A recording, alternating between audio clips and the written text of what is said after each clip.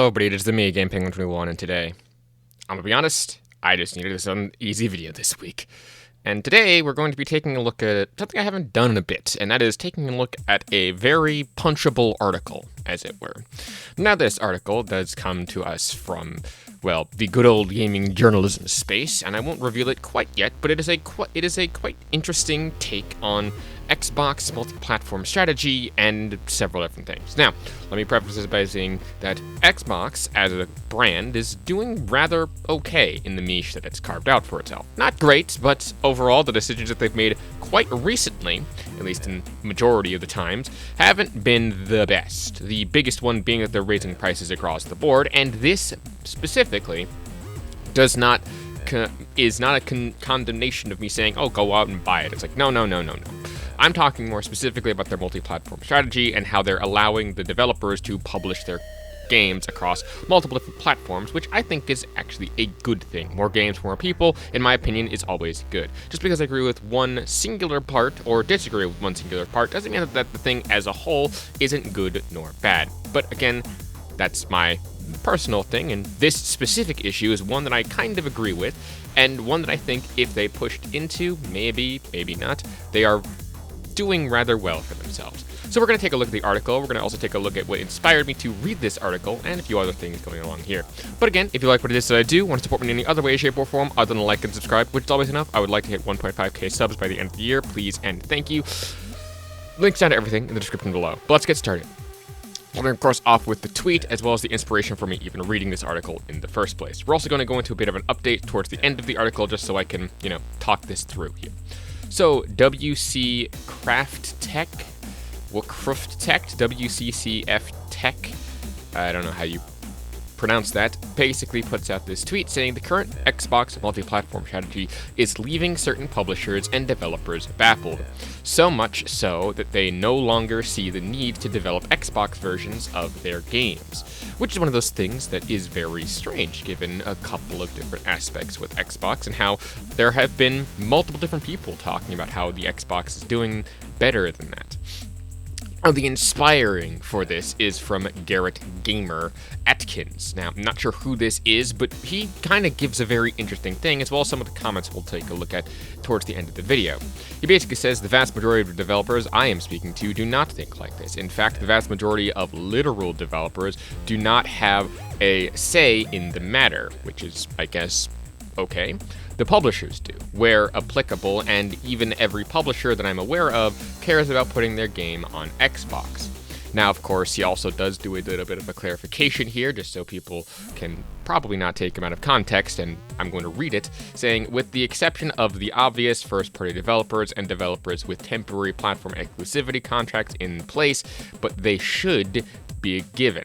Now, I don't know if that should be a given, more specifically saying that most developers think that way in that context, because again, they're paying their bills and they have to do their specific thing with the actual content that they are making. But overall, what I will have to say is I mostly agree. I think that most people who are aware of the gaming industry specifically are aware that putting your game on most, if not all platforms, even if it's kind of small, does in the end generate revenue.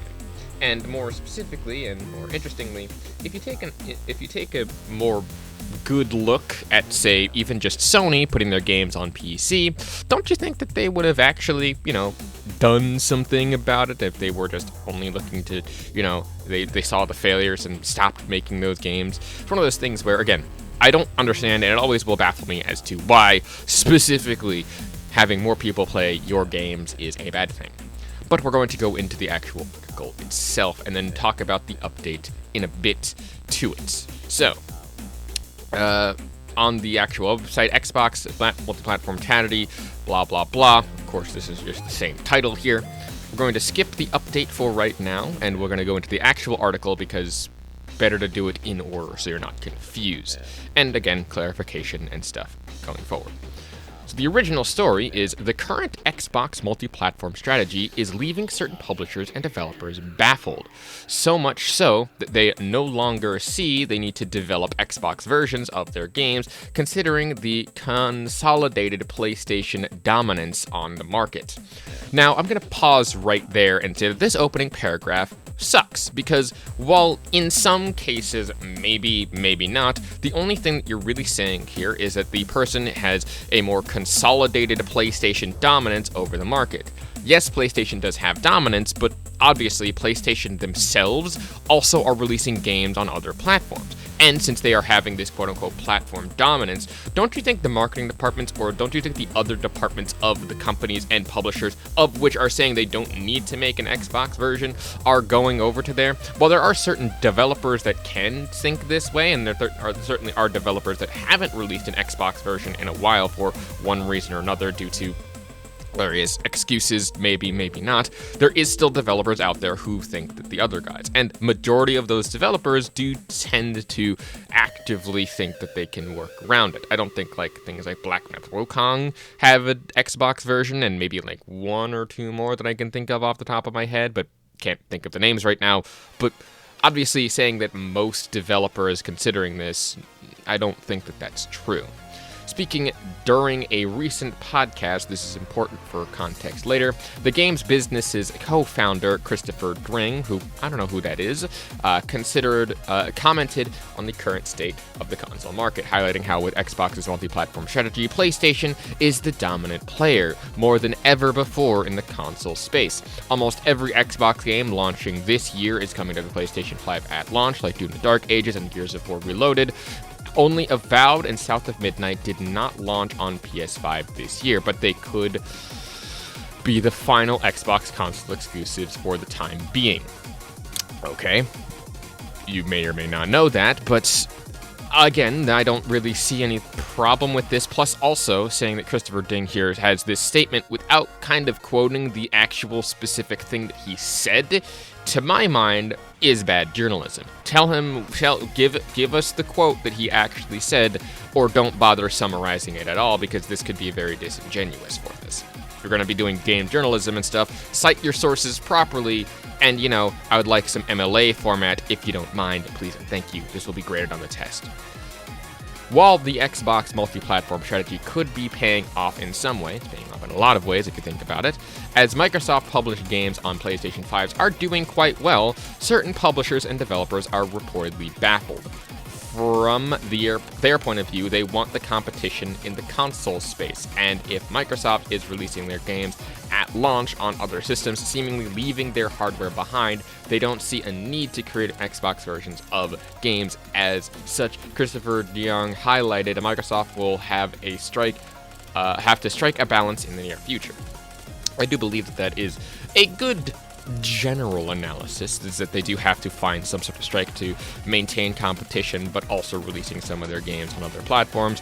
I think that that's a fair assessment, not the worst in the world, but overall, again, it just comes off as disingenuous because, again, look at what he did. They said that Christopher Dring, they cite him again, but they don't give specific quotations of what he's doing. Either that's just bad grammarisms, or they're just not actually talking or using his official actual words within the context of this. So I find it very strange.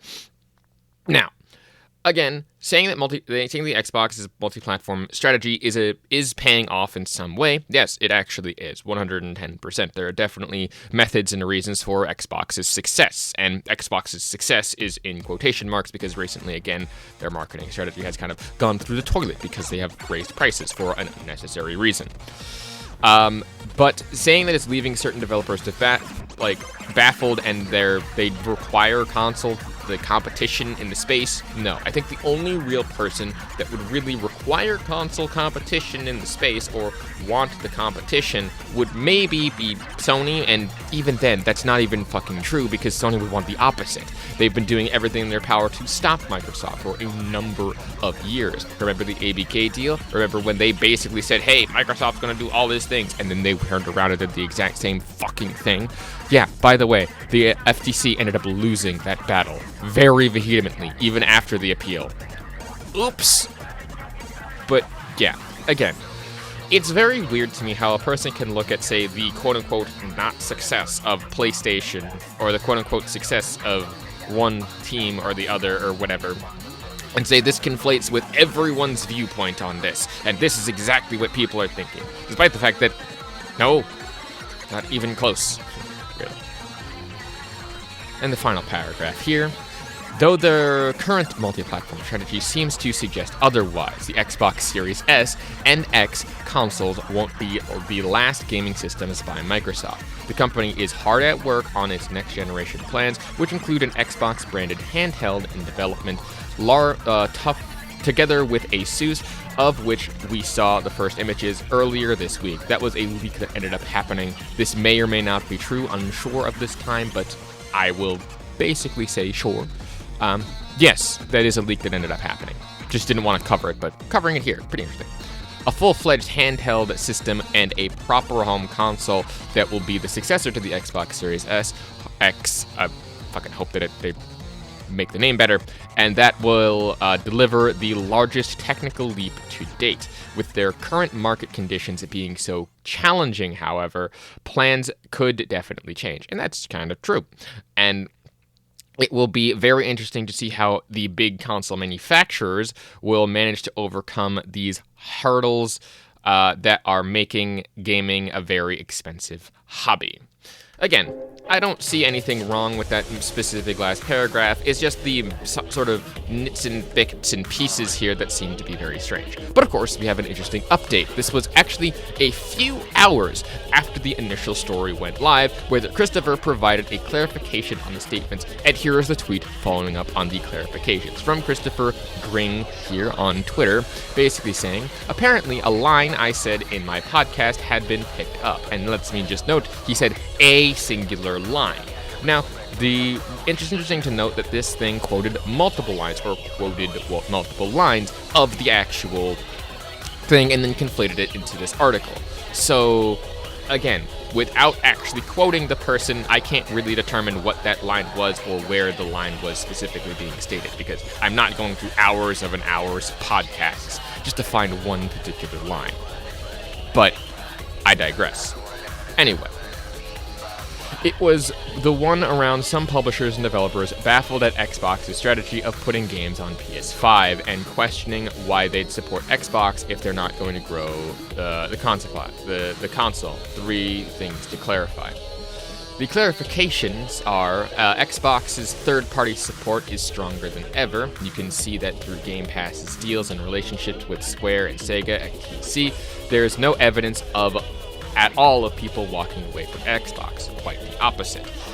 This part of the podcast was really to point out the transitional challenge Xbox has in keeping publishers happy with the Xbox console. While pushing their multi-platform strategy, I don't believe for a second we're going to see many companies, if any, move away from Xbox, despite what a few might be grumbling in private. The whole industry strategy is multi-platform. Yes, again, very correct.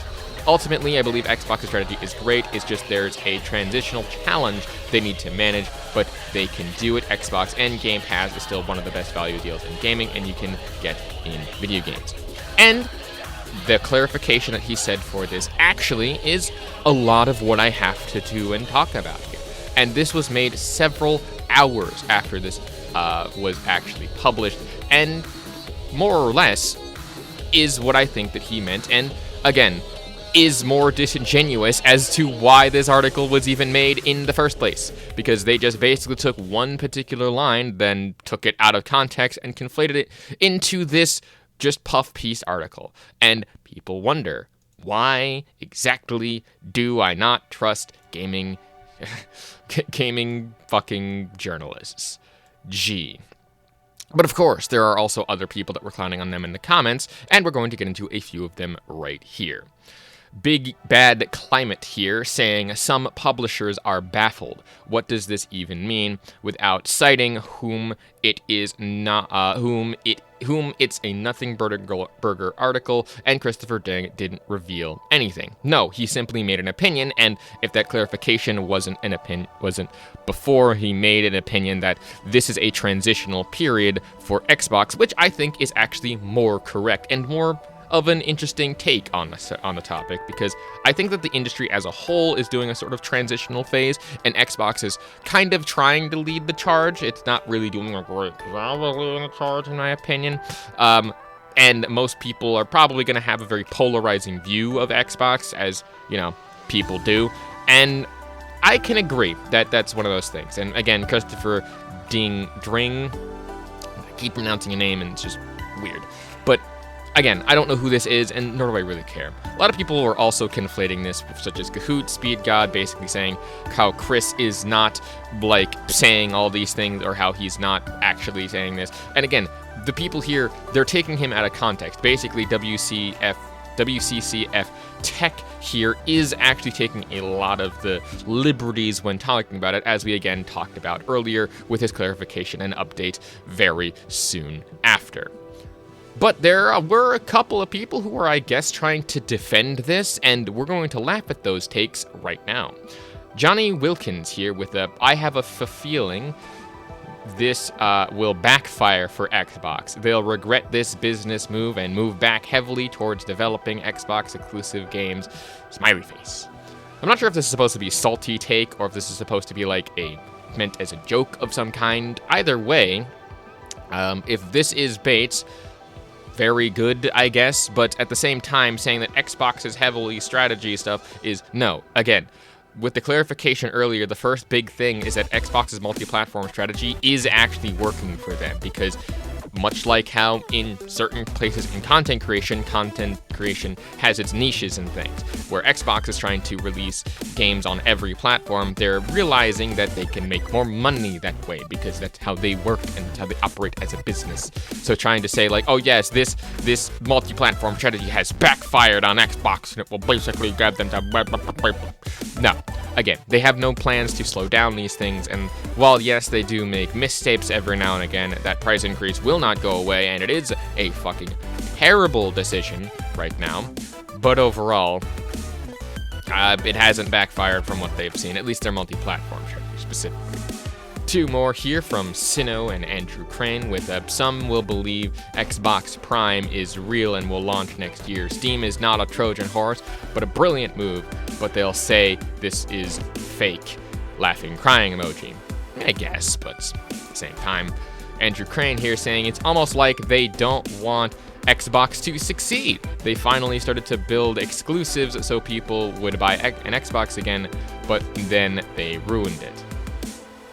So he's taking out the part of the context of the article where he basically talks about the two last quote-unquote exclusives, which are South of Midnight and Avowed, both of which, by the way, are technically and actually multi-platform, because both of which launched day and date on PC, which is dumb, because Xbox has been a multi-platform publisher for a while now, and saying like, oh yeah, they've just decided to build out these exclusives for blah, blah, blah, blah. No, those aren't exclusives. They are available on PC. That means that they are more or less console exclusives, technically, and they are actually, like, it's just dumb. It's just very dumb, again, how they don't want Xbox to succeed. Meanwhile, in the real world, three of the top games on the top 3 games of the last month-ish for PlayStation, all of which were Xbox games, which was Minecraft, which is not which was not published by them, but it is under Microsoft's banner, which is one of them. And then there was also Forza and Oblivion Remastered, all 3 of which are under Developer Studios under the publisher Microsoft's banner, which I find the most funny because they decided to try to, have things be whatever. And the PlayStation fanboys will say that, oh, they don't have games and their games are blah, blah, blah. So, Anyway, Gamer Luxatical here saying Xbox dudes really still can't see the writing on the wall. What, that they're going to third party, or that they are that they're actually having some good things coming their way, or more people get to play their games. I don't know what this is supposed to mean when they're saying like, oh yeah, the Xbox failure of the brand is because this one article took someone fucking out of context again. So, I mean, what do I know? I'm only just using the people and the updates and the things there in order to actually talk about this. So, next up here, and finally, to round off this video, Xbox being a large publisher sucks since they hate physical media. Either they don't make physical, or they make physical, or they make fake physical copies. PlayStation has done the same thing for a while, as you may or may not know.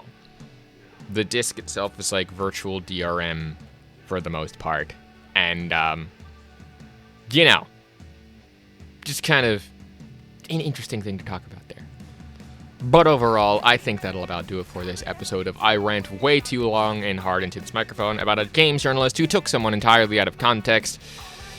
If you like what it is that I do, want to support me in any other way, shape, or form other than a like and subscribe, which is always enough, please, links down below.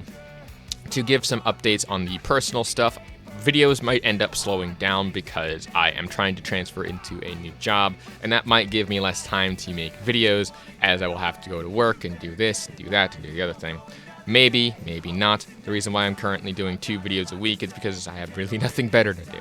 If nothing else, I will probably give you and hit you with another update next week when I actually have more confirmation on some of these things, but that's more real-life stuff, and quite honestly, you guys are always fun to listen and come around to my videos every time. And if videos do slow down and if I do stop uploading, you'll know why. It's because of my new job and because, well, it doesn't give me the stuff that I want.